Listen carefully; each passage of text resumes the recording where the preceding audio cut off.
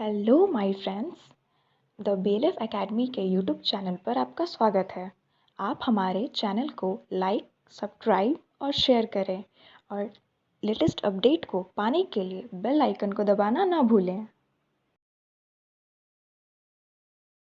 Welcome to the BLF academy. मैं am Gopal Rajput Bhikhna Pahari से आज आपके साथ फिर मैं आया हूं और सबसे पहली जो चीज है, इंपॉर्टेंट चीज, उसे हमें समझना है कि हम किस तरह से इंग्लिश बोलेंगे। इसके पहले के 3 क्लासेस में मैंने आपको बताया है कि प्रेजेंट में स्ट्रक्चर्स का यूज इज आर एम के साथ कैसे करते हैं, पास्ट में वॉज और वर के साथ कैसे करते हैं और फ्यूचर में शैल और विल के साथ कैसे करते हैं।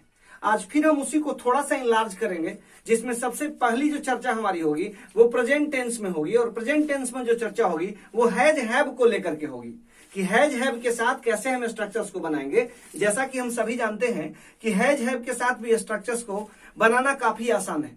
मैं आपको एक बात बता दूं कि देखिए, कोई काम दुनिया का मुश्किल नहीं है। अगर आप करना चाहते हैं तो कोई काम मुश्किल नहीं है, क्योंकि मोदी जी ने बड़े अच्छे तरीके से कहा है कि कौन कहता है कि अंधेरा घना है, कौन कहता है कि अंधेरा घना है, दिया जलाना कहां मना है। अगर आपको इंग्लिश नहीं आती है तो आप प्रैक्टिस करिए ना, आपको बोलने से कौन रोकता है। आइए हम अपने क्लासेस को स्टार्ट करते हैं और यहां पर हम प्रेजेंट में चर्चा करते हैं। तो सबसे पहली जो हमारी चर्चा होगी वो हमारी होगी प्रेजेंट टेंस में होगी, प्रेजेंट टेंस में। और जो प्रेजेंट टेंस का जो बेसिक स्ट्रक्चर होगा उस बेसिक स्ट्रक्चर की चर्चा हम करेंगे। सब्जेक्ट प्लस हमारा हैज होगा, हैज के बाद हैव होगा, हैज हैव के बाद टू लगेगा, प्लस V1 होगा और प्लस हमारा ऑब्जेक्ट होगा। बच्चों एक बात ध्यान देना, यहाँ पे हैज और हैव लगा है। इसके पिछले क्लास में मैंने आपको बताया था कि हैज जो है, हैज में एस लगा है तो जाहिर सी बात है ये सिंगुलर है, और हैव में भी लगा है तो ये हमारा प्लूरल है। 2 प्लस V1 लगा हुआ है, ऑब्जेक्ट के रूप में क्या आएगा, पूरे पार्ट्स ऑफ स्पीच आएंगे। लेकिन एक बात जो सबसे ज्यादा दिमाग में कौन रही है वो ये बात कौन रही है कि आखिर इस स्ट्रक्चर का इस्तेमाल कैसे करेंगे। अगर हिंदी के सेंटेंस आते हैं उनमें इस स्ट्रक्चर का इस्तेमाल कैसे करेंगे। तो सबसे पहले मैं बता दूं कि हिंदी में जिसके बगल में ना है लगा हो, ना पढ़ता है लगा हो या ना होता है लगा हो, ना होता है, वहां पे इसका इस्तेमाल करेंगे। दूसरी समस्या है कि किसके किसके साथ हैज लगाएंगे और किसके किसके साथ हैव लगाएंगे। तो सबसे पहले हमारी चर्चा हैज को लेकर के है। तो सबसे पहले अगर कोई सिंगुलर सब्जेक्ट आता है, सिंगुलर सब्जेक्ट, अब सिंगुलर सब्जेक्ट में कौन आएगा, ही आ सकता है, सी आ सकता है, इट आ सकता है, नेम आ सकता है। नेम में क्या होगा, प्रॉपर नाउन आएगा, प्रॉपर नाउन आएगा। तो ही, सी, इट, नेम, अगर इनमें से कोई भी आता है मेरे प्यारे बच्चों, इसके साथ हम लोग हैज का इस्तेमाल करेंगे। अगर हमारे पास सब्जेक्ट के रूप में अगर प्लूरल सब्जेक्ट आता है, कौन सा सब्जेक्ट आता है, प्लूरल सब्जेक्ट आता है।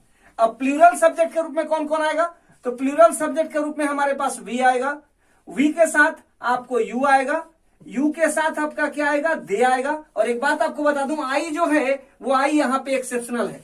इन सभी के साथ हम किसका प्रयोग करेंगे, हैव का प्रयोग करेंगे, यानी ही, सी, इट या नेम के साथ। और देखिए एक चीज और, अगर प्लूरल सब्जेक्ट आता है, जैसे आपका 2 प्रॉपर नाउन आते हैं, अगर 2 नाम आते हैं, जैसे मान लिया राम एंड श्याम आता है, राम एंड श्याम, तो राम एंड श्याम जो आया, राम एंड श्याम के साथ भी हम हैव का ही प्रयोग करेंगे। चूंकि यहां पे 2 प्रॉपर नाउन आ गए, सब्जेक्ट की संख्या 2 हो गई, तो 2 होने की स्थिति में इनके साथ भी हम हैव का प्रयोग करेंगे।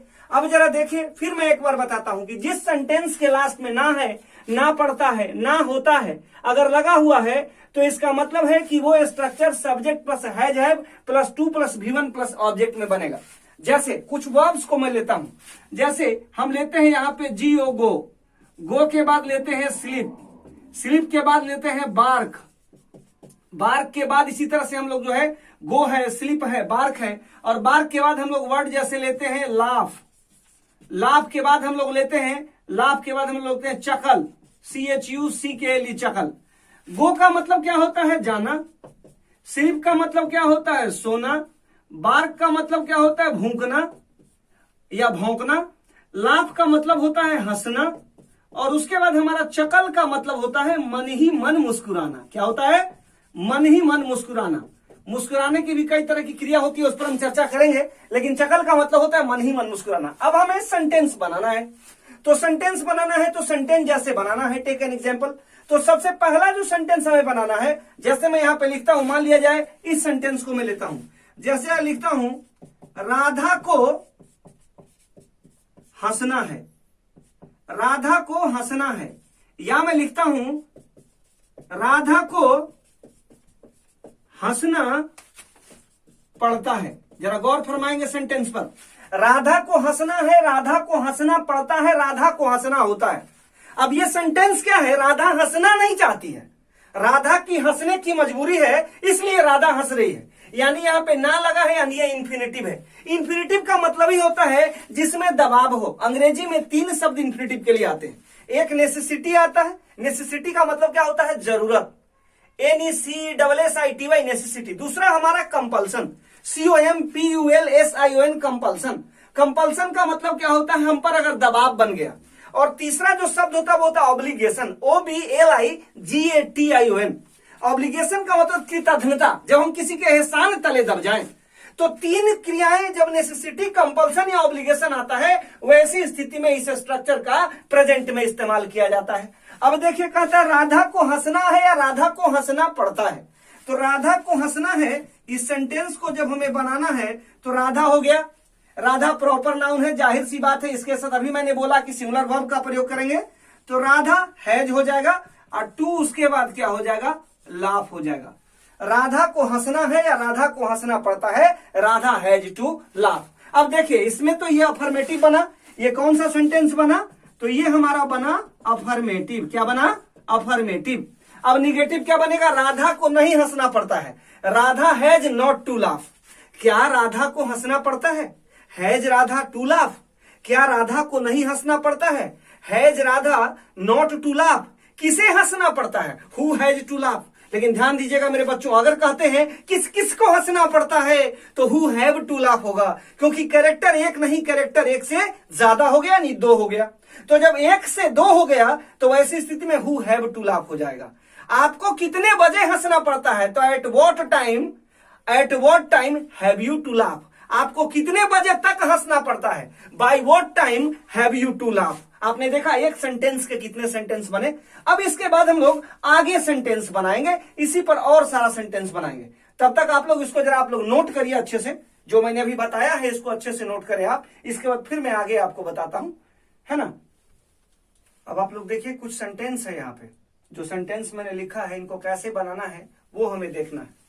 तो सबसे पहला जो सेंटेंस है कि अनीता को सुबह से शाम तक काम करना पड़ता है। सेंटेंस को गौर से देखिएगा, अनीता के लिए अनीता आ गया, अनीता के बाद हैज क्यों आएगा, चूंकि अनीता एक सिंगुलर है तो सिंगुलर आएगा हैज। काम करना का वर्क होता है टू वर्क हो गया, फ्रॉम मॉर्निंग टू इवनिंग, यानी अनीता को सुबह से शाम तक काम करना पड़ता है। दूसरा सेंटेंस देखिए निगेटिव है, हम लोगों को पैदल नहीं जाना पड़ता है, तो वी हैव लगा। और हैव के बाद हैव क्यों लगा, क्योंकि वी हमारा प्लूरल है, आई का भी प्लूरल होता है, तो वी हैव, और उसके बाद लगेगा नॉट। ठीक है, वी हैव नॉट, उसके बाद क्या लगेगा, टू गो, नहीं जाना पड़ता है पैदल, ऑन फुट। अब देखिएगा, क्या आपको पढ़ाना पड़ता है, क्या आपको, तो हैव हो गया, हैव यू, और उसके बाद क्या हो गया, टू, और टू के बाद क्या हो गया, टीच। क्या आपको पढ़ाना पड़ता है, ऑक्सिलरी वर्ब के रूप में हैव आया, यू के साथ हैव आएगा। आपको कितने बजे जगना पड़ता है, एग्जैक्ट टाइम मांगा जा रहा है, तो एग्जैक्ट टाइम के लिए कितने बजे का क्या होगा, एट व्हाट टाइम। किसे जगना पड़ता है, तो आपको, at what time have you to get up. Get up में जगना होता है, ठीक है। उसे मेरे साथ खेलना पड़ता है, मजबूरी है उसे, तो ही हैज टू प्ले, उसके बाद क्या बनेगा, विथ मी। समझ में आ रहा है किस तरह से मैं कर रहा हूं, he has to play with me. किस किस को अंग्रेजी में बात करना पड़ता है। कैरेक्टर यहां पे 2 है, कैरेक्टर कितना है, 2 है, तो 2 कैरेक्टर है, तो ऐसी स्थिति में हु हो गया। हु के बाद 1 से ज्यादा कैरेक्टर है, तो हु के बाद क्या हो जाएगा, हु हैव हो जाएगा। हु हैव टू बात करना पड़ता, तो who have to talk in English, या आप कह सकते हैं who have to speak in English. Talk in English भी सही है, स्पीक इन इंग्लिश भी सही है।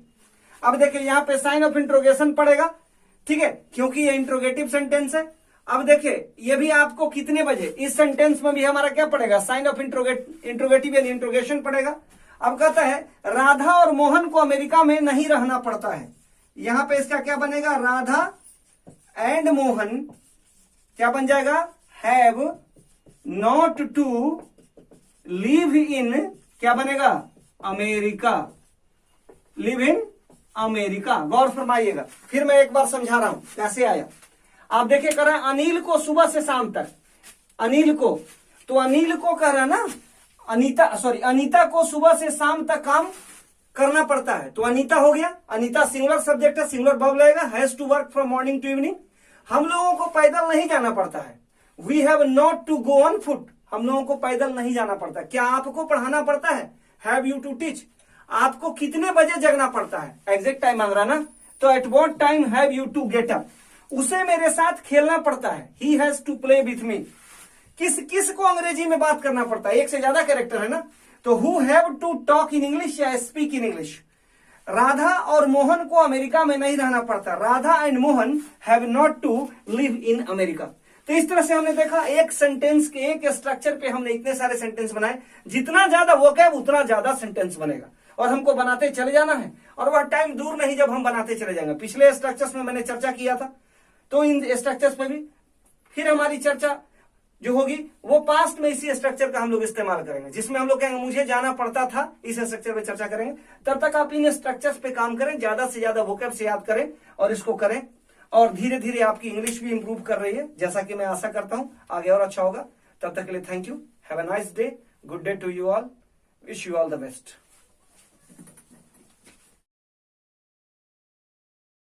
Thanks for watching the video. Please like, subscribe and share it.